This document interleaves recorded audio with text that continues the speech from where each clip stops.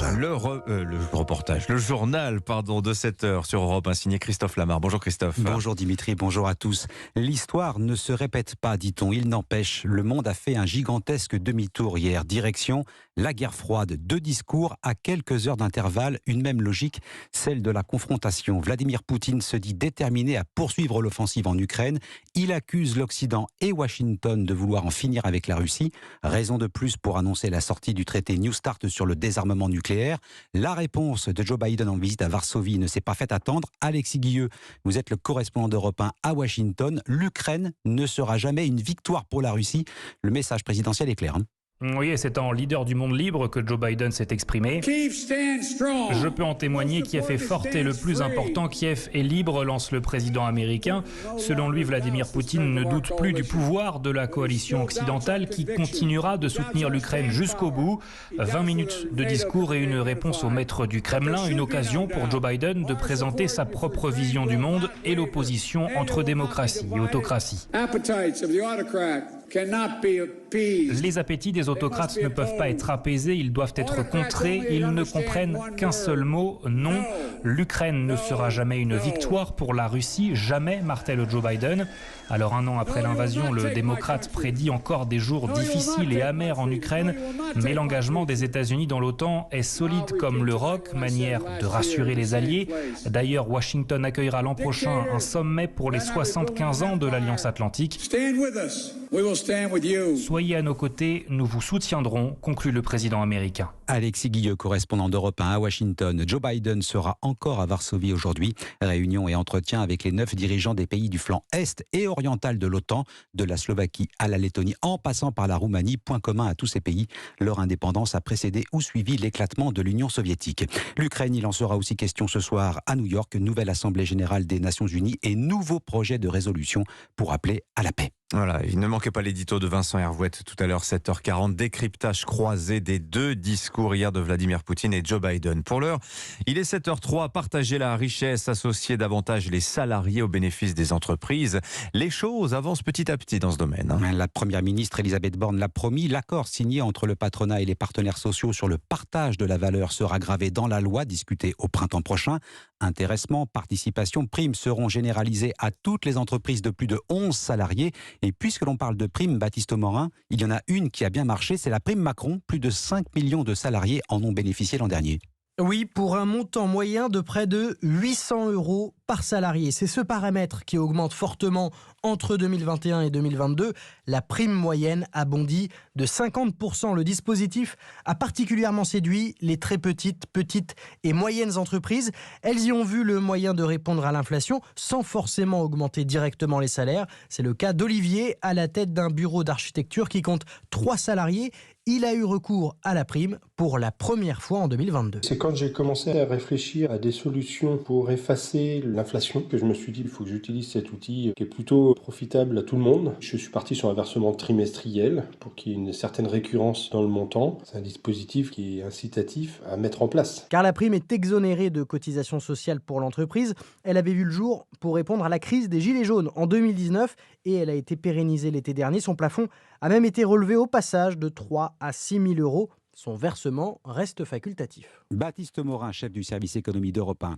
Une collecte nette hors norme. Le livret A et son cousin, le livret de développement durable, enregistrent un dépôt record en janvier. Plus de 11 milliards d'euros, dont 9 milliards pour le seul livret A.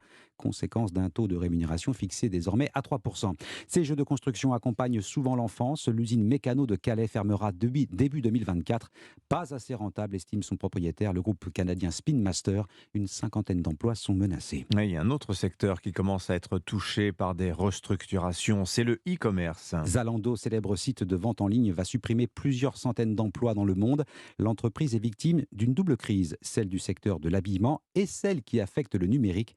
Les explications de Julien Pillot, économiste et spécialiste du numérique. Il y a une crise au niveau de l'industrie du textile, aujourd'hui de l'habillement. Dans un contexte inflationniste, ce sont des biens d'équipement qui ne sont pas considérés comme étant prioritaires de la part des consommateurs. Et donc, ils font l'objet d'arbitrages de consommation qui sont défavorables, évidemment, aux producteurs et aux distributeurs de ce type de biens. Dans le cas de Zalando, se double d'une autre difficulté, cette fois-ci spécifique aux entreprises de la tech, qui font l'objet de corrections de la part d'investisseurs qui cherchent à récupérer des bénéfices sur le court terme dans la mesure où ces entreprises se sont très fortement valorisées ces 10 dernières années pour se recentrer sur des valeurs qui, le temps que durera cette crise, sont perçues comme étant moins risquées, moins volatiles que les entreprises de la tech. Cette réduction d'effectifs va toucher tous les secteurs de l'entreprise, mais pour ce qui concerne la répartition géographique des licenciements, pour l'instant, et à ma connaissance, Zalando n'a pas communiqué et le fera très prochainement. Julien Pillot, économiste et spécialiste du numérique. Tout faire de chez soi, après les repas, c'est au tour des médicaments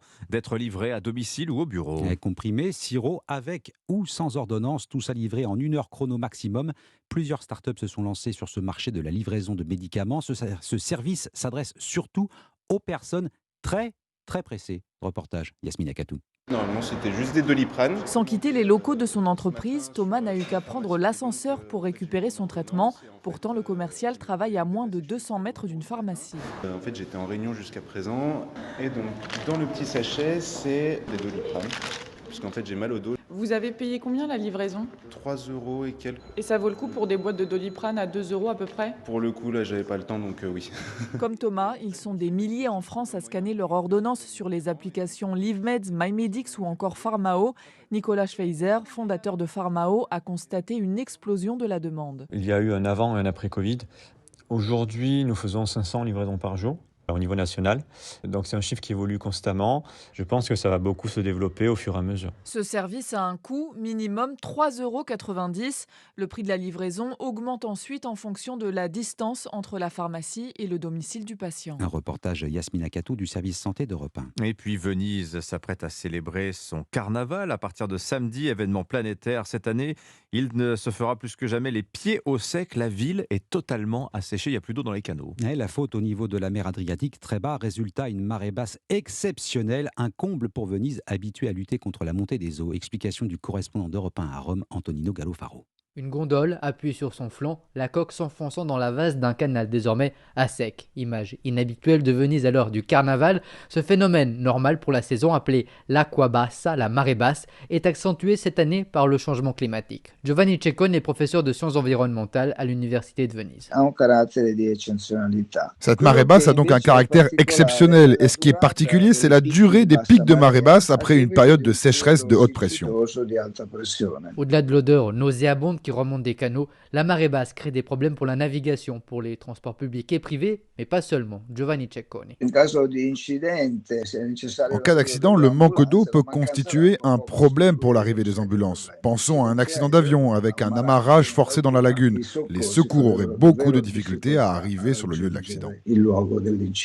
Mais la solution existe déjà, la digue Mose Moïse en italien, permettant de ramener l'eau à un niveau normal. Rome, Antonino Gallo-Faro, Europe 1. Voilà un carnaval qui s'est déroulé les pieds au sec, marée basse à Venise, marée haute à Liverpool, les Reds submergés par une vague géante venue d'Espagne qui a tout balayé. Victoire 5-2 du Real Madrid hier soir en 8e de finale aller de la Ligue des Champions. 5-2 décidément.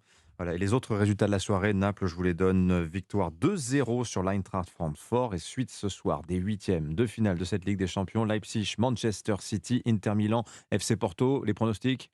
Je suis très mauvais. Il est pas bon. Voilà, c'est pas grave. Si, mais ce sera sur Europe 1. Évidemment. Dans Europe 1 Sport. Ça, c'est un pronostic que vous êtes sûr de remporter. Ce sera dans Europe 1 Sport, évidemment, à partir de 20h. Merci beaucoup, Christophe Lama.